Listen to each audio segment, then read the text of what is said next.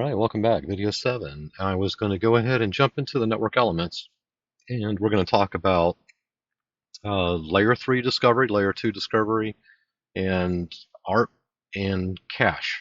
So the first thing is when we think of router discovery, unlike some tools in the market that will go out and perform seed route, where you have to have firewall rules that allow the device to do that. B, you then have other protocols like CDP or something, and it kind of crawls through your network.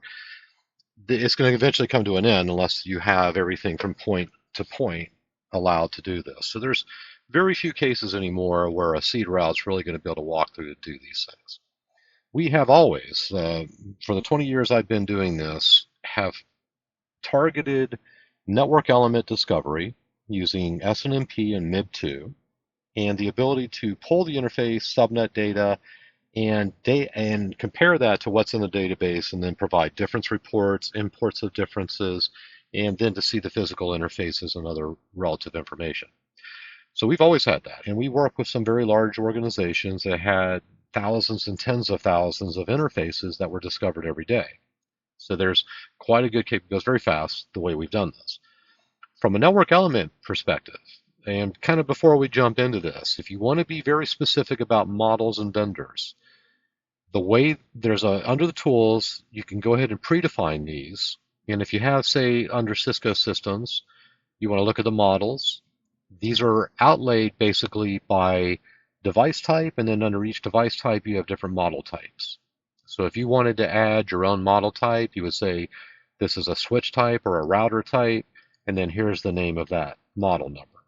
So you can add or modify the existing model interface names and models of the vendors here for other types.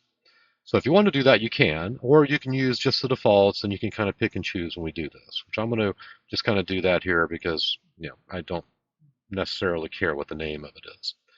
So under the IPAM network elements, click on the Add Network Element, and we want to give it a name that you'll refer to it. And I do have a little home Soho router here from Cisco. And I'm going to try and discover here.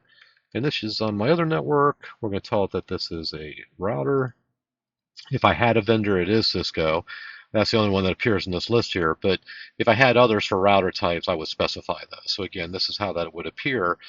And if we do importing of these in bulk, which is where we would go after this and kind of bulk imports, we would need to know the exact name if we did the model. I'll leave this one blank, but it'll kind of give me a notice about that as well.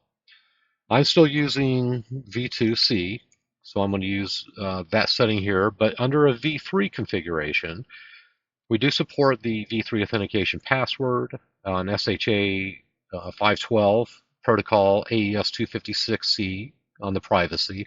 So very high encryption, and you can specify things like V3 engines and other configurations. So we can do the V3 discovery. Again, I'm 2C, so I'm going to just run this here, and I'll give it a 2-second timeout, 2000. Now for Nexus devices who do not have a MIB2 MIB and enabled on those devices, we have the ability to use SSH, log in using an enable user pass, and then be able to scrape that information, pulling it back into the application. So basically do show interfaces and pull that information back into the application. And that's how this SSH would appear here. But we're going to use SNMP at this. Now, more importantly is the agent. By default, the executive agent is the default agent for discoveries, for all pushes, tasks, etc. Our strength in this department is that if you have remote sites, and a lot of us do, and most of them are behind firewalls or DMZs and others, you have to poke holes into those applications to be able to do remote discovery. Now on our side, if we put the agent, say a Sapphire appliance, a DNS at a remote site, it has an agent, and we can use that local agent to go and perform all of the SNMP discovery. It'll then bundle it up into its XML output and upload it to the executive for processing. So this agent gives you that ability to control how and what devices and where will be performing the discovery. And then you can establish your firewall rules at that layer to determine and poking a hole through to talk to. Now, lastly here, and I won't go into this into too much detail, but also under the tools, there's an interface templates menu that allows you to define that if you define or deploy a new Cisco RV320, uh, what are the default interfaces? And you can predetermine the names of the interfaces and enable, disabled, and other status and use it in a template and assign the template. So it has your predetermined selection of interfaces already defined versus discovering, which we're going to do next.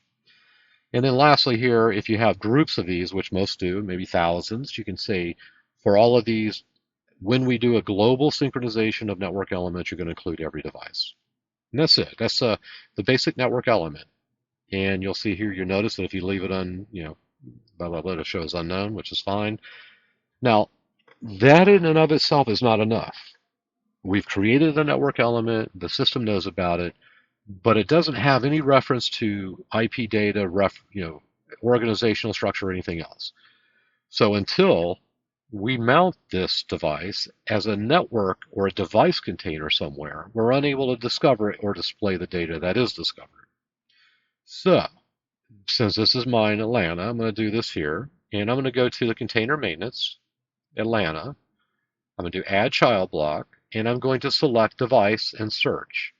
And this is going to show me any device that's listed, and then it'll say whether it's attached. And I can then see any devices that I've created that haven't been attached to a container. Now I can attach other user-defined fields. I can leave this alone from a router level. And there aren't very many things that we need to do here because it's going to basically enable all policies to a certain point that we can attach to the device. Now I am going to go ahead and do this because no, we'll leave that. Let's take that out. Let's take this out. These should really be the only types of subnets here, and it automatically knows what to do with the rest. And let's just go ahead.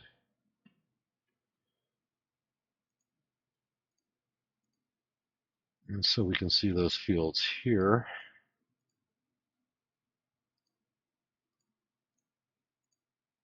Right. And if we wanted to see this, we don't really need to do that. So I'm going to go ahead and do submit.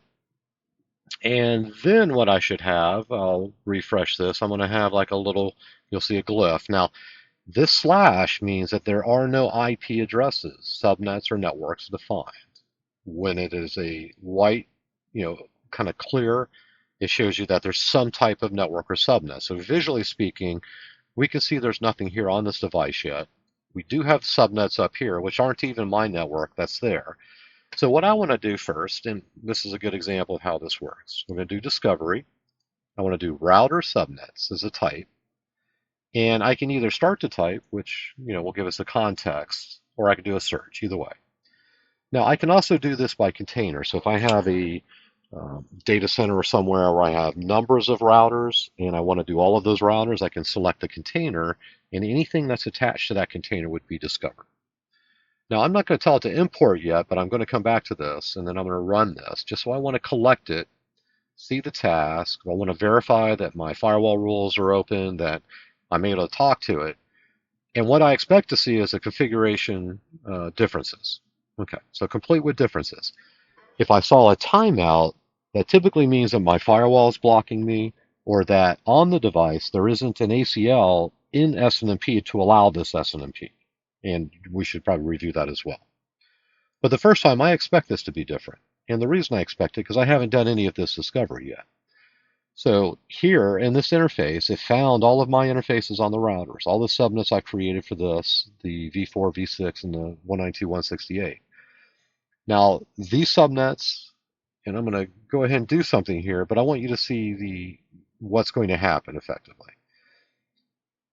It should, to this device container, attach the devices it can. So it shows me here, 2 of these I could actually attach, the other 3 were errors.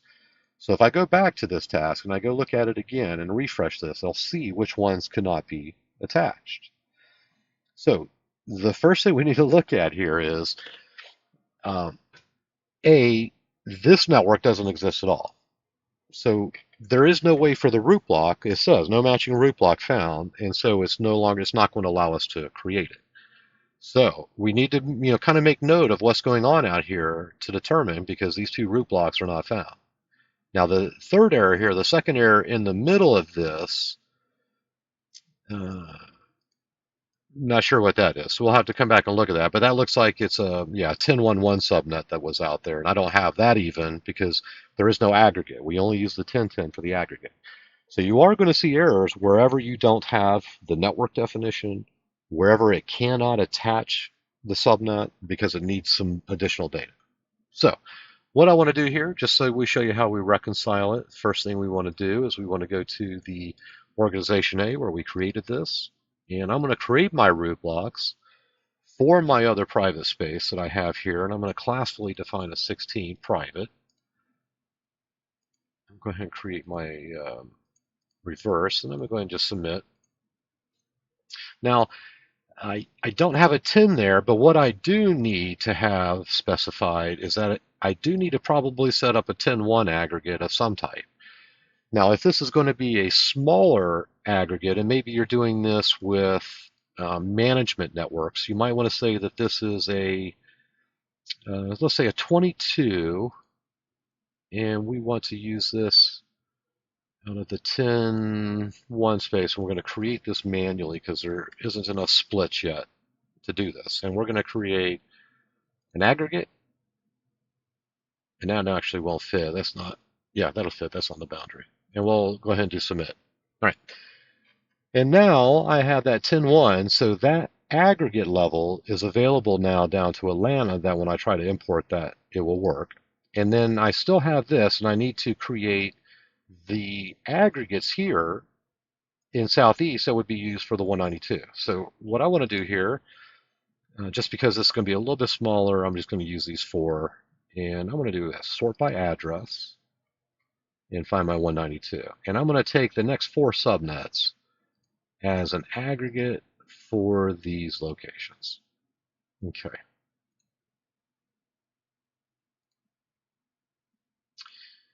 And so we should have our 10.1, 10.10, this kind of smaller block, just enough to fit into what we need to here. And so what I'm going to do again is go back to my tasks. I could do a couple of things. I could rerun this discovery, or I could try this import again. And what I hope to expect to see is that I'm going to have 3 new blocks attached. Exactly. So now that we have the appropriate prerequisite, the network and or location, these have imported, and we're all set. We have everything we need. And if I go back and look at this device now, I will from this view see here are the status with the admin status up, down, etc. So this is the physical name. This might be your fast Ethernet 012 subinterface X. Whatever the name is, this is what we're pulling out. So if you have names that have like VLANs, that information would also be there displayed. And then it groups the subnets together based on how they're imported. Now you'll note here that these subnets, we didn't have the 192.168 pre-allocated here in the Atlanta container. We just have it only on this RV320. So there's a couple of things that we could do there. One is we would remove them from here and then recreate them in Atlanta as a logical subnet and then rediscover it, which will then add it back to the interface, but then it'll attach it using the allocation type we specify here. So it just kind of filled it in its own based on what it could to identify how it's going to attach. So we want to, figure out how to manage that if you're going to use it differently in this way. So to do what I just said, let's go ahead and to do this. Now I can't actually move these from the subnet, but let's do this. Let's go up here and let's do attach child block. Let's do 24. And see, that's not going to let us do that because that's a different type. So we need to change this type. And let's do private management. And here we'll do private data.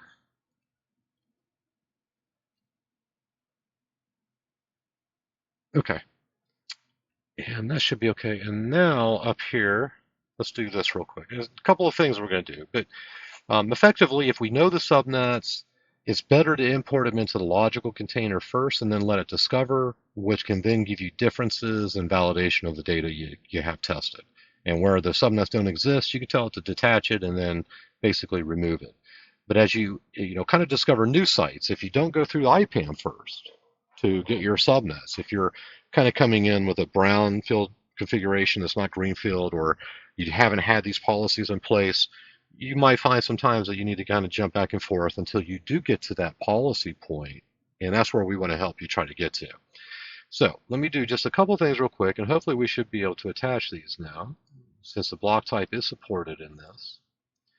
And then say again that these are management. And let's see, there's a 10.1, so we'll go ahead and submit that. And then the other one was data. So we're going to attach that under data. Okay. Now what I'm going to do is I'm going to detach these.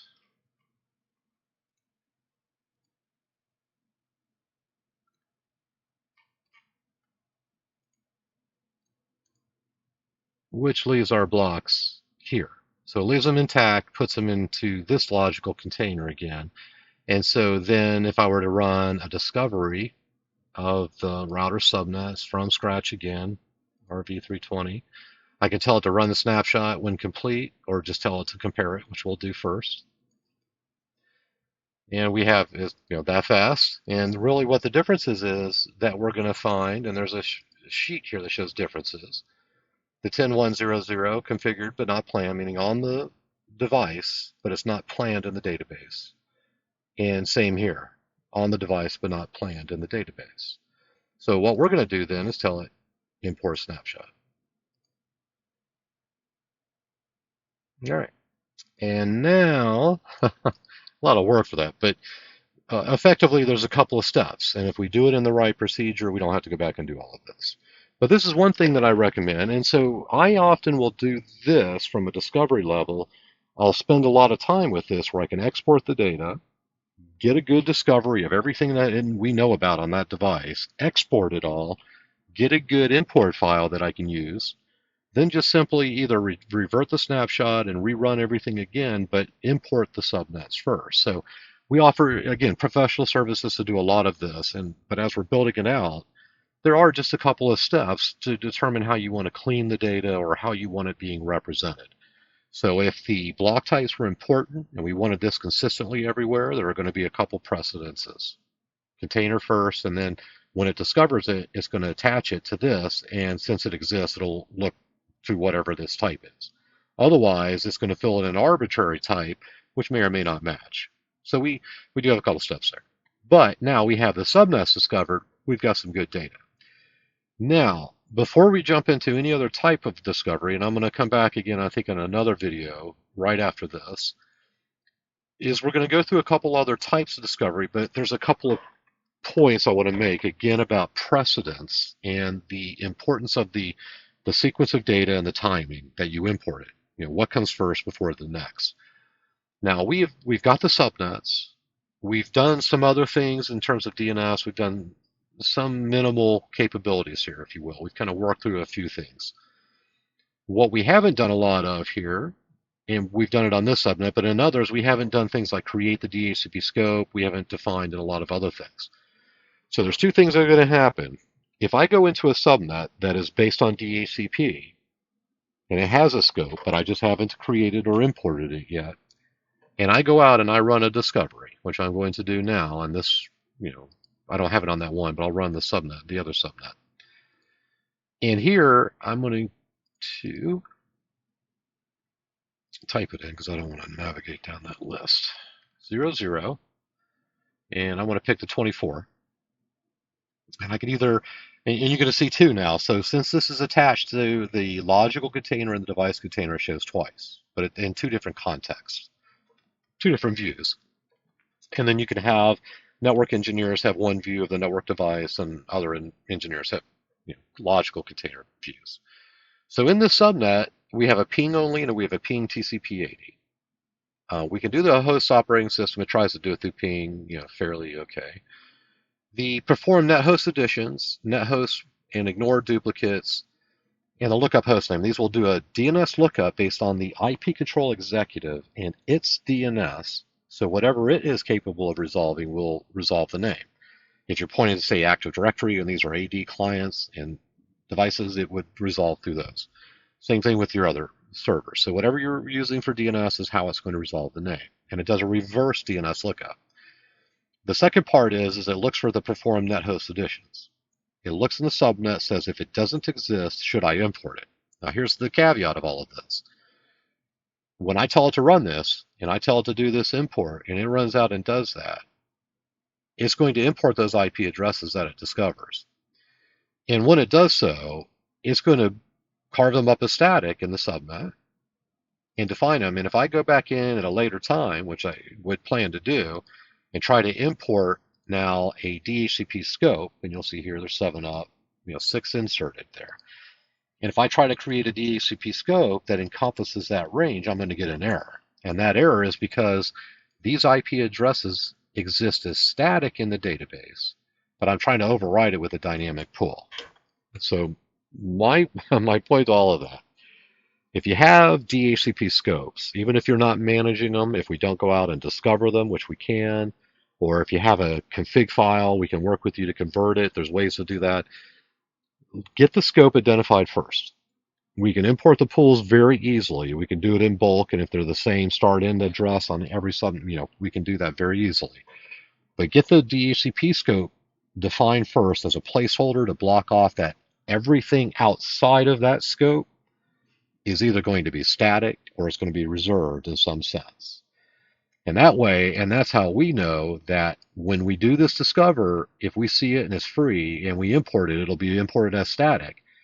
If we don't have a host name, we're going to tell it it's unspecified and here's a host name for it. If we could resolve the host name, we would pull that data into the subnets. Now I think here, I'm going to do one more just to see. And a little surprised it didn't pull that subnet in, because I do have one more. But I'm going to create this one manually as well. And this is private data.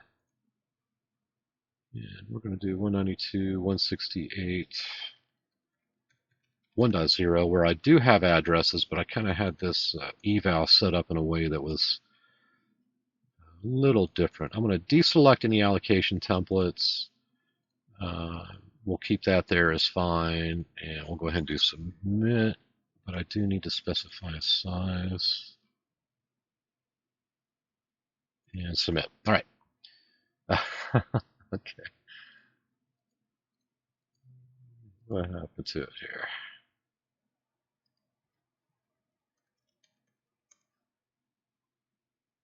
All right, there it is. It's only there. So what I want to do, I thought I attached it. Maybe I attached the other one here. Let's do this one more time.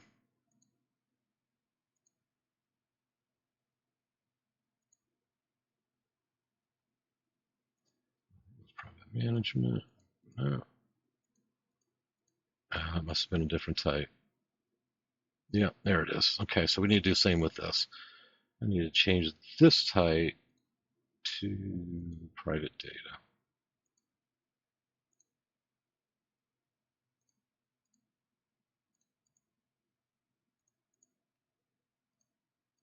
Okay, and all of that, so I can go up here again and just do the discovery. Now this time I'm going to do an ARP discovery because I have a router. So now that we have a router that we've discovered that is part of this device, I'm going to do an RV320, and that is the device that we're going to look at. And then on that 320, I want to do 192.168.1.0, which it knows about, so it highlights there. Or if you had a VRF, you could specify it, or a container, which would pick up the network element and all of its subnets. But this is the one here. And I want to do the update reclaim statistics, which I talked about the reclaim previously. Do reverse lookup, ignore dupes just for now, invalid, and run now. A couple other notes while this is running. It's usually very quick. The ARP cache discovery pulls in the MAC address. And so when we're discovering this MAC information, like I have 37 here, this information then becomes the search that you typically want to run first. If once we define the DHCP, and then you come back and you want to run a host discovery, again, these see on my other server, these are all dynamic, but here I just pull them in as static. But again, effectively set up your DHCP scope, and then you can say import this, and then it'll pull the ARP cache discover first. And subsequently, you can go in and do ping sweeps, set the ping sweeps up on some discovery schedule, like once or twice a day. You can then have an ARP discover immediately following it. So you build up the cache, then run an ARP, and then tell it to run the import snapshot when it's done. It'll capture all the new addresses, and it'll put them into their either static bucket or into their dynamic bucket as shown. So we're again up to that 25 minutes there, but I do want to show that here. And again, this can all be deleted except for this discovered interface. And last note on that, this interface type is because it's discovered. And if I go look at the network elements, and under this now we'll see the interfaces. These are the names. I can open this up and disable it from the discovery or look at different status types. Now we'll also pull in some of this basic SNMP description and other information so you can see the types and what other global values are there. And the very, very last step on this, and this is a much, much bigger discussion, there is a discover router script that a lot of our service providers discovering very similar types of devices. They had additional data or different names of interfaces. So once this XML, discovery XML is created, they would have this router discovery script that would modify the XML data just prior to being imported so that it imported the updates. And so we do provide this to allow you to set up that script, process the import data before it gets imported, and then import it with your embellished data names, attributes, and so forth. So it's very interesting way that we can do this and help you pull in additional data above and beyond. So that's this for this video, and I'm going to come back in, probably talk about some of the I'll cover the reclaim, and we'll go over maybe one or two of the other discoveries here and talk about like the DHCP utilization or roll-ups and utilization. And then we'll make this a short video and go on from there. So see you in the next video. Take care and talk to you soon.